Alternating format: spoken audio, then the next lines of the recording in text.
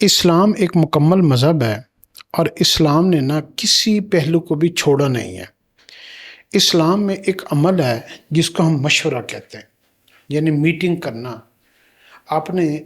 اس وقت دنیا کی جتنے بڑے بڑے بزنس مین ہیں نا، ملٹی نیشنل کمپنیز ہیں، گوروں کے ملک میں چلے جائیں نا تو ہر وقت آپ پوچھیں گے نا کہ سر کہاں ہیں، تو وہ کہیں گے میٹنگ میں۔ وہ اپنے 8 گھنٹے کے ڈیوٹی آورس میں جو بڑے بڑے ہیڈ آف دی کمپنیز ہوتے ہیں وہ زیادہ تر وقت نہ میٹنگ میں مشورے میں گزارتے ہیں۔ مشورہ ایک اتنی اہمیت کا حامل ہے کہ وہ جب بندہ میٹنگز لمبی کرتا ہے نا اور اس کی پروجیکٹ کی، اس کام کی، اس عمل کی اتنی ڈیٹیل کو چیک کرتا ہے تو پھر اس کو کبھی اس میں پچھتانا نہیں پڑتا۔ جب کوئی کام آدمی مشورے کے ساتھ کر کے اس کی پوری میٹنگ کی ساری ڈسکرپشن، پریزنٹیشن، اس کے فیوچرز، اس کے پاسٹ، اس کا نفع، اس کا نقصان، اس کی کاسٹ، اس کے ایچ اینڈ ایوری ایسپیکٹ کو دیکھ کر کسی کام کو کرتا ہے نا، تو ایک تو اس کام میں نقصانات کے چانسز تقریباً ختم ہو جاتے ہیں، دوسرا اس کی کاسٹ کم ہو جاتی ہے، تیسرا اس کام کو 2 دفعہ نہیں کرنا پڑتا، چوتھا اس کام کو کرنے کے بعد شرمندگی نہیں ہوتی، پانچواں ناکامی نہیں ہوتی۔ تو مشورہ ایک بہت بڑی اہمیت کا حامل ہے۔ یہ مشورہ شروع کہاں سے ہوا ہے؟ یہ بیسیکلی گوروں کا عمل نہیں ہے۔ مشورہ حضور صلی اللہ علیہ وسلم کی سنتوں میں سے ایک سنت ہے۔ آپ نے جتنے بھی کام کیے، آپ نے صحابہ کے ساتھ مشورہ کیا۔ ایک شورا تھی صحابہ کی جو مشورے میں شامل ہوتی تھی۔ آپ ان سے ایک ایک بات میں، اور اس کے ایکسپرٹ لوگوں کو بھی بلاتے تھے، ان سے مشورہ لیتے تھے۔ مشورہ جب لیا جاتا ہے نا تو مشورہ لینے کے بعد اگر مشورے میں کوئی بات میں کوئی نقص بھی ہو نا تو اللہ رب العزت کی مشورہ کرنے والوں کے ساتھ مرضی شامل ہو جاتی ہے، یعنی اللہ خوش ہو جاتے ہیں کہ انہوں نے یہ کام مشورے سے کیا ہے۔ آپ نے مشہور واقعہ سنا ہوگا بدر کے اندر کہ جب بدر کی فتح ہوئی تو فیصلہ ہوا کہ جو جنگی قیدی ہیں ان کو کیسے، ان کے ساتھ کیا معاملہ کیا جائے۔ تو سب نے علیحدہ علیحدہ رائے لی، کسی نے کہا فدیہ لے کے چھوڑ دیں، کسی نے کچھ کہا، کسی نے کچھ کہا۔ حضرت عمر رضی اللہ عنہ نے کہا کہ ہر وہ رشتہ دار جو اس کا قیدی کا رشتہ دار ہے وہ اس کو اپنے ہاتھوں سے قتل کرے اور یہ ثابت کر دے کہ مسلمان اسلام لانے کے بعد اس کی نظر میں اللہ اور اللہ کے رسول کی اور اسلام کی اہمیت سب سے بڑھ جاتی ہے نسبت اس کے کہ اس کا کوئی رشتہ دار بھی اس کے مقابلے میں سامنے کھڑا ہو۔ لیکن مشورے میں طے ہو گیا کہ سب کو فدیہ لے کے چھوڑ دیا جائے۔ تو جبرائیل علیہ السلام آ گئے اور آ کے کہا کہ اگر آپ لوگوں نے مشورہ نہ کیا ہوتا اور مشورے کے بغیر یہ فیصلہ کیا ہوتا تو اللہ کی پکڑ آ جانی تھی۔ اب آپ دیکھیں مشورے کی کتنی اہمیت ہے۔ اس لیے گھر میں ہمارے ماں باپ ہوتے ہیں، بڑے بھائی ہوتے ہیں، بزرگ ہوتے ہیں، اگر ہم ان سے پوچھ لیا کریں تو اس کے ساتھ یہ ہوتا ہے کہ ان کی رائے بھی شامل ہو جاتی ہے۔ بڑی عمر کے لوگوں کا جو تجربہ ہوتا ہے نا وہ بہت زیادہ ہوتا ہے۔ اکثر لوگ نوجوان وہ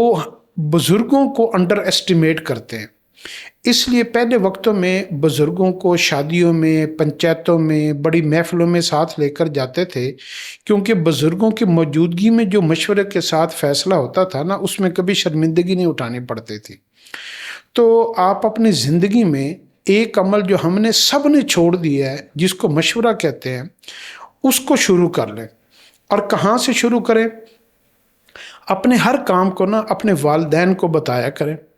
اپنی بزرگوں سے اس کے بارے میں نفع نقصان کے بارے میں بتایا کریں۔ علماء، کسی دیندار بندے سے نا اس کے حرام اور حلال ہونے کے بارے میں پوچھ لیا کریں۔ پھر 2 نفل پڑھ کر یا مسجد میں جب بھی آپ فرض نماز پڑھنے جائیں تو آپ ایک دفعہ اللہ سے یہ کہہ دیا کریں، یا اللہ میں یہ کام کرنا چاہتا ہوں، اگر اس میں میرے لیے خیر ہے تو یا اللہ میری مدد فرما، اور اس میں کوئی بھی رکاوٹ آئے تو اس کو ختم فرما، اور اگر اس میں شر ہے تو یا اللہ پاک میں کچھ اس طرح کا معاملہ فرما دے کہ میرے دل کو اس کام کرنے سے ہی بد ظن کر دے۔ تو اللہ رب العزت کیا کریں گے، اللہ وہ اس کو جو ہے نا آپ کے دل کو جو ہے نا اس کے مطابق پھیر دیں گے۔ اگر آپ مشورہ کرنے کے ساتھ ساتھ استخارہ بھی کر لیا کریں تو بہت ہی اعلیٰ درجے کا عمل ہے۔ 2 نفل پڑھ کے رات کو استخارے کی دعا پڑھیں اور رات کو سو جائیں تو وہ اللہ سے مشورہ ہو جائے گا۔ کوئی اگر آپ کو اچھی چیز نظر آئے گی تو وہ اس کا اشارہ ہوگا کہ یہ کام کر لو، اور اگر آپ کو ڈراؤنا یا کوئی ایسی بری چیز کو دیکھیں گے تو اشارہ ہوگا کہ نہیں، یہ اس کام میں خیر نہیں ہے۔ تو مشورے والے عمل کو اگر آپ اپنی زندگی میں مستقل اپنا لیں گے نا تو آپ کو کبھی نقصان نہیں ہوگا، ذلت نہیں ہوگی۔ اور والدین اور بزرگوں سے مشورہ کرنے میں ایک فائدہ یہ ہوتا ہے کہ ان کی دعائیں بھی شامل ہو جاتی ہیں، وہ خوش ہو جاتے ہیں۔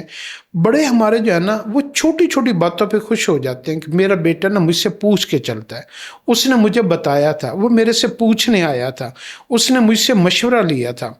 حالانکہ اس کو وہ بات سمجھ میں آئے، فرض کرو کوئی ٹیکنالوجی کا کام ہے، کوئی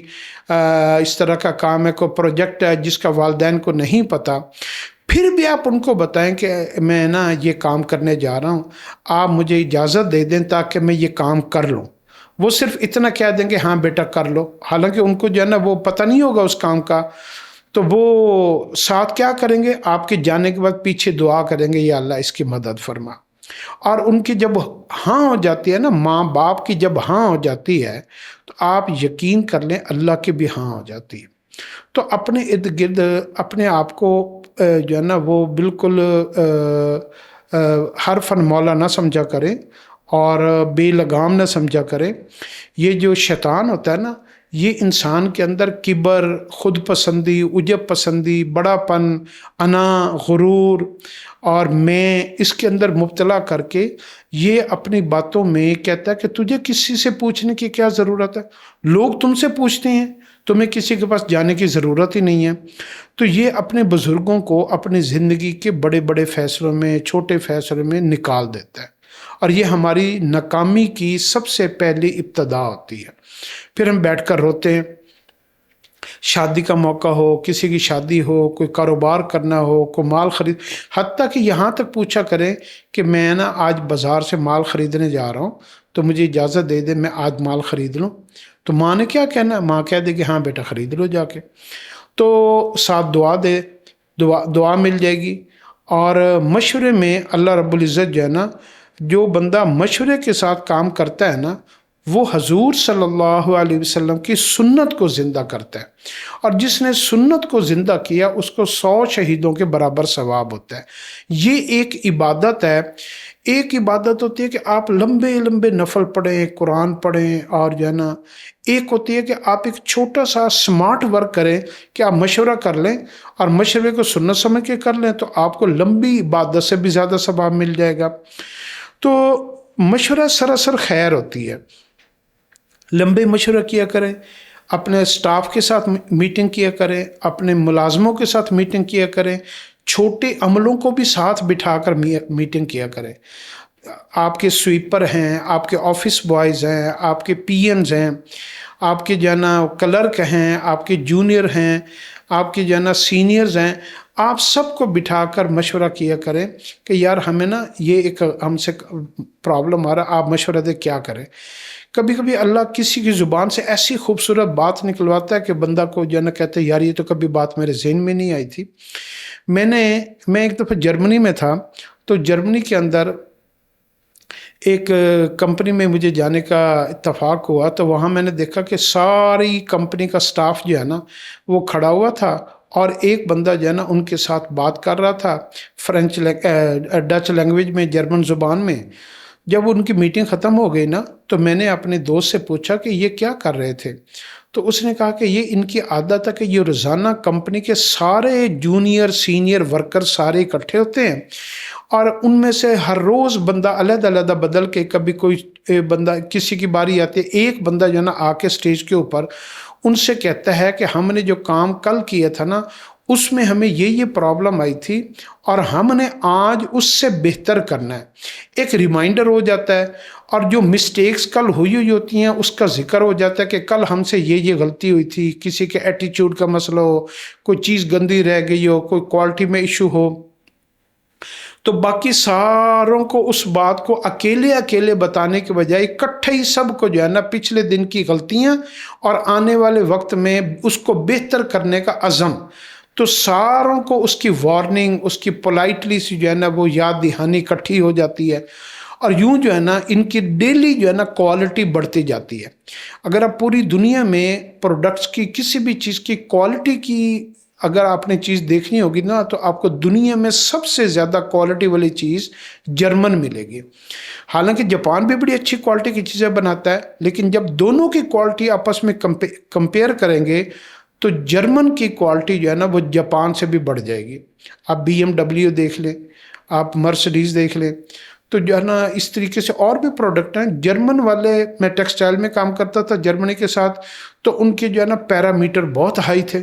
بڑے ہائی لیول کے وہ کپڑوں کے اندر ٹیسٹ مانگتے تھے کہ کپڑوں کا یہ بھی ٹیسٹ کروا کے دو، یہ بھی کروا کے دو، پھر وہ کوالٹی کو پاس کرتے تھے اور پھر وہ اپنی عوام کے لیے کپڑے کو جو ہے نا وہ بیچتے تھے، عام دکاندار کے میں بات کر رہا ہوں۔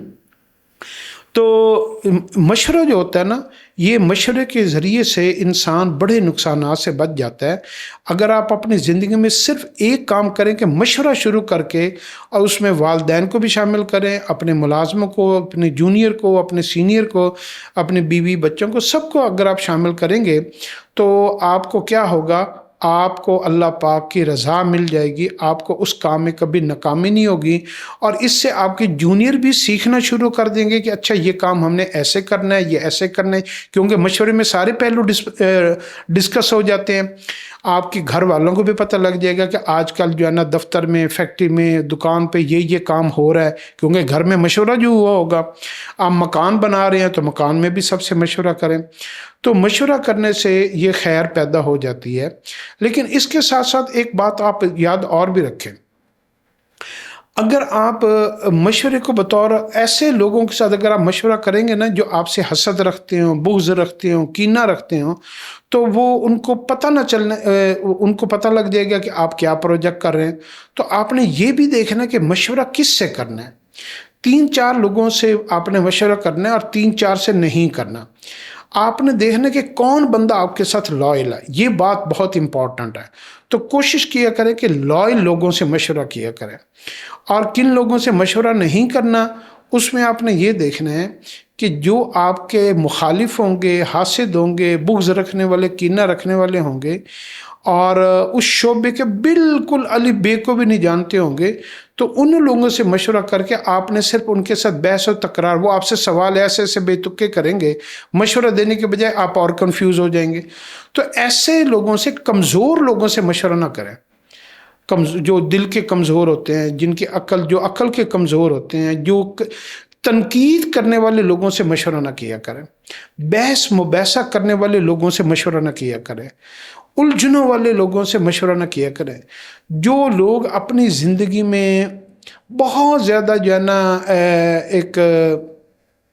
شک میں مبتلا رہتے ہیں، انزائٹی کی اور جو ہے نا ڈپریشن میں رہتے ہیں، ان لوگوں سے مشورہ نہیں کیا کریں۔ یہ کچھ کیونکہ کمزور لوگ جو ہے نا وہ آپ کو طاقتور بنانے کے بجائے نا اور کمزور کر دیتے ہیں،